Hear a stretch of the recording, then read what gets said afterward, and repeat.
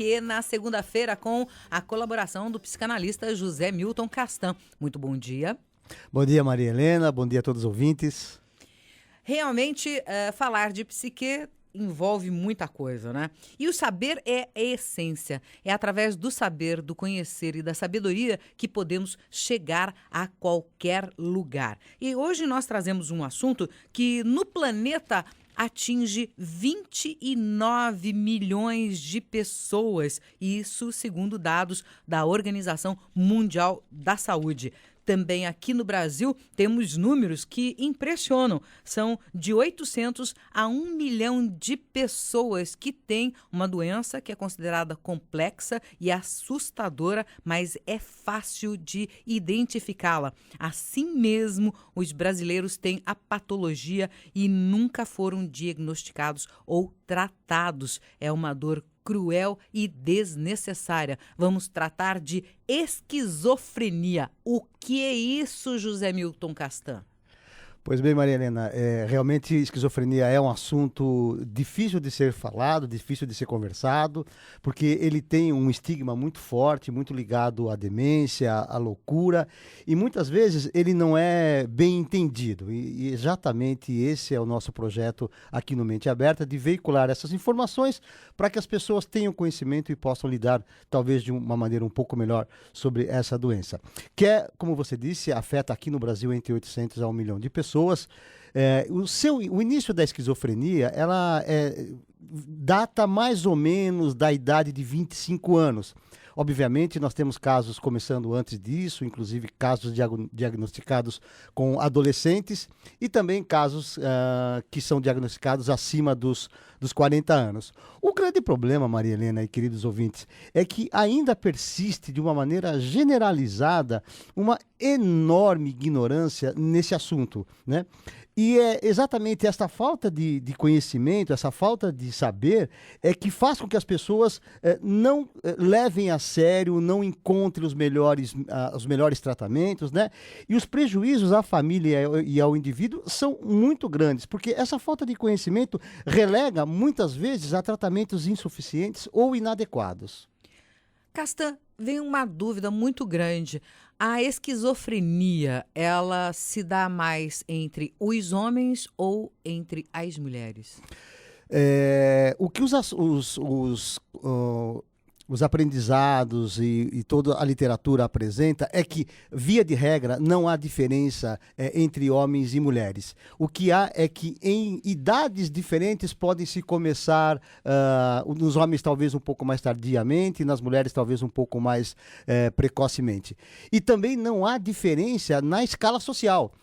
Tanto faz, pouco importa se na escala social a pessoa esteja no nível A, B ou C, a esquizofrenia ela aparece de uma maneira generalizada em todas essas pessoas. Ela foi colocada de fato ao conhecimento num congresso em Weimar em 1911, né, pelo psiquiatra suíço Eugênio Beller, que viveu de 1857 a 1939. Como nós podemos definir de fato o que é esquizofrenia?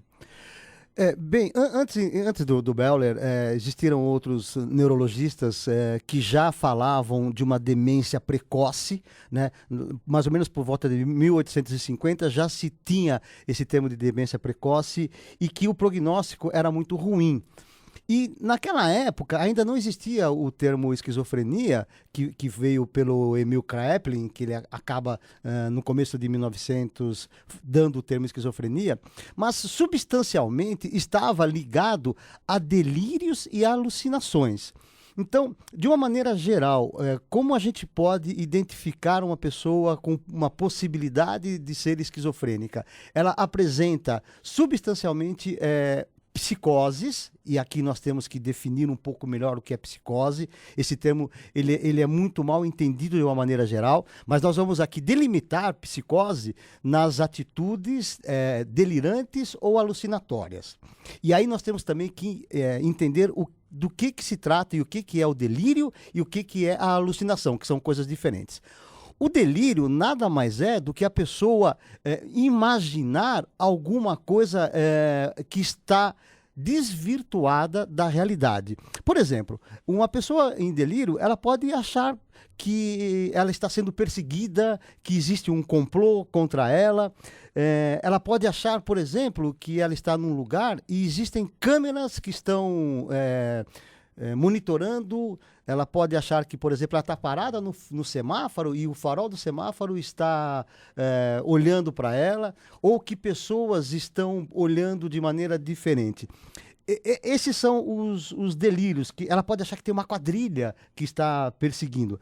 Então, essa pessoa tem uma visão distorcida da realidade. Agora, a alucinação já é um pouco diferente. A alucinação refere-se às percepções irreais, mas todas elas relacionadas aos 5 sentidos, né? Como audição, visão, paladar, tato, olfato.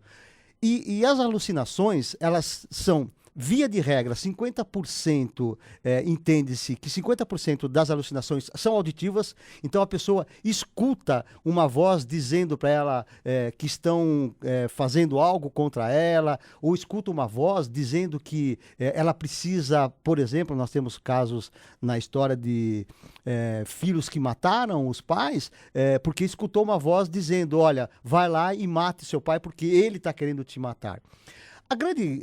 As grandes descobertas na novidade da ciência, nessa contemporaneidade do entendimento do saber psicanalítico e da psique de uma maneira geral, é que essas pessoas, quando são colocadas em equipamentos de monitoramento, ressonância magnética, por exemplo, se percebe que quando ela está tendo a alucinação de escutar vozes, o equipamento consegue identificar, dentro dos seus neurônios, atividades neuronais no nível do córtex auditivo, ele realmente funcionando. Os neurônios estão ativos e quando ela está alucinando, ela realmente está escutando uma voz. Não que essa voz esteja vindo de fora para dentro, mas é o seu próprio cérebro disfuncional que faz ela escutar essas vozes. Agora são 10 horas mais 17 minutos, nós vamos ouvir uma música. Estamos falando hoje com o psicanalista José Milton Castan sobre esquizofrenia. Acabamos de aprender as diferenças entre delírio e alucinação. Já já nós voltamos. Cruzeiro FM, tocando o que há de melhor no mundo da música. Recebendo o psicanalista José Milton Castan.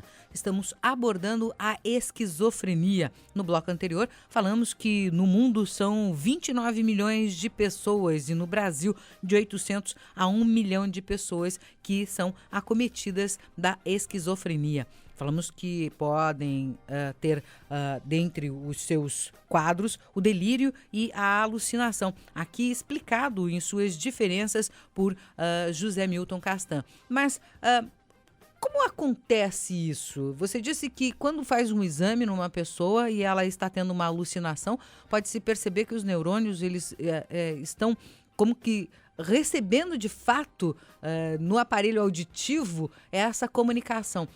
Esses delírios e essas alucinações também não podem ocorrer em outros tipos de doenças e uma confusão em relação ao diagnóstico do que é a esquizofrenia, José Milton? Sem dúvida, Maria Helena. Uma das grandes preocupações que nós temos, os profissionais da área da saúde, é fazer o diagnóstico diferencial.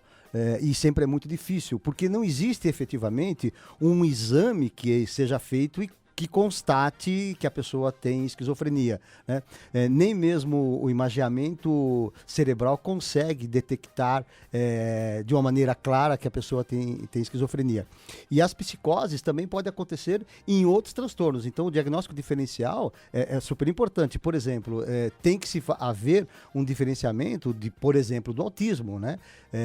Que não tem nenhuma relação direta com esquizofrenia, mas eles muitas vezes compartilham os mesmos sinais, os mesmos sintomas. Além do delírio e da alucinação, o que mais acomete a um esquizofrênico? Então, Maria Helena, os sintomas podem ir na área do afeto da pessoa, né? Então, muitas vezes o esquizofrênico tem nós chamamos do achatamento ou do embotamento do seu sistema afetivo. Ela fica mais introspectiva, ela fica mais calada, ela pode, por exemplo, começar a não ir trabalhar, fumar muito, né? Esquizofrenia e tabagismo tem uma ligação muito forte, passa a fumar demasiadamente, né? Ela também tem uma certa inércia desse seu afeto, ela não está nem triste nem alegre, ela parece que está meio em suspensão, né? Ela tem um comportamento desorganizado, isso é uma coisa muito clara. A pessoa esquizofrênica, ela deu errado, está dando errado nas áreas sociais, nas áreas afetivas, comportamentais, na escola, no trabalho. Ela causa uma desorganização generalizada e isso traz um conflito muito grande para ela, uma dor muito grande para ela e também para a família. Sofrem todas as pessoas que estão nesse processo, né? E muitas vezes elas também se consideram como vítimas. De fato, Maria Helena, o que acontece é que o esquizofrênico ele tem uma dissociação da realidade, né? A maneira com que ele percebe, que ele sente, que ele se comporta é diferente do que é a realidade. Ele não tem para si uma consciência crítica. E essa é uma das dificuldades para se trabalhar dentro da psicoterapia, né? Porque a gente, diferentemente do que a gente faz numa psicoterapia convencional, psicanalítica, de insight, ela tem que seguir um outro caminho, não para o insight, mas muito mais pelo apoio. Agora, fundamentalmente, essa pessoa ela está dissociada da sua realidade. Em muitos momentos, como você colocou, isso acontece já na fase adulta da pessoa, que aparece de fato a esquizofrenia, mesmo que ela venha sendo, ela tenha esse acontecimento durante a fase de adolescência, é no adulto que ela vem de fato mais à tona e é mais perceptível? Ah, sem dúvida. O que acontece, Maria Helena, o conceito do biopsicossocial é um conceito fundamental, né? A pessoa pode ter o seu viés genético, ela pode trazer uma carga genética que propicie, favoreça ela ser esquizofrênica, mas pode ser que ela passe a vida inteira sem desenvolver a esquizofrenia. O que ocorre é que situações estressoras, momentos de dificuldades, podem ser os desencadeantes, é o fator desencadeante que ela possa vir ter um surto psicótico, entrar em delírio, persecução, e depois ela pode entrar numa remissão, mas ela pode ficar com algo residual, uma esquizofrenia residual. Então, no final desse processo, pode ser que ela emerja uma outra pessoa diferente do que ela era, em função dessa situação estressora que ela passou. Ou seja, ela pode ser uma pessoa totalmente calma e, de repente, um leão brota e ela acaba se tornando, inclusive, uma pessoa agressiva aos demais membros da sua família, ocorrendo casos como o que dissemos de parricida, né? Que é quando um filho mata o pai ou a mãe, não é isso? Sem dúvida. A gente conhece N casos, né, nessa linha, né? Talvez aquela moça, a Hoftauschen, não me lembro o nome dela, talvez seja uma pessoa que tenha tido um surto psicótico, um surto de esquizofrenia, né? E realmente sempre é muito trágico, os finais podem ser bem trágicos, como os parricidas. E é difícil essa questão do diagnóstico de um esquizofrênico? Não. Não, ele é difícil, sim. Primeiro porque existe uma estigmatização muito grande em relação a esse assunto, né? E depois é que se o profissional não fizer uma análise muito bem contemplada, né, olhando para todos os aspectos, todos os comemorativos da doença, pode ser que ela seja estigmatizada e seja colocada à margem da sociedade e não recebendo efetivamente os tratamentos necessários. E hoje os tratamentos são muito positivos, né?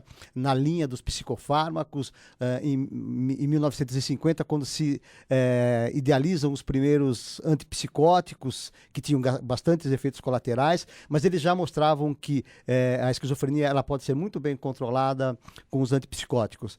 Mais recentemente agora, com os antipsicóticos atípicos, que têm menor resultados negativos, né? Com melhores resultados positivos para que a pessoa comece a viver um pouco mais organizada.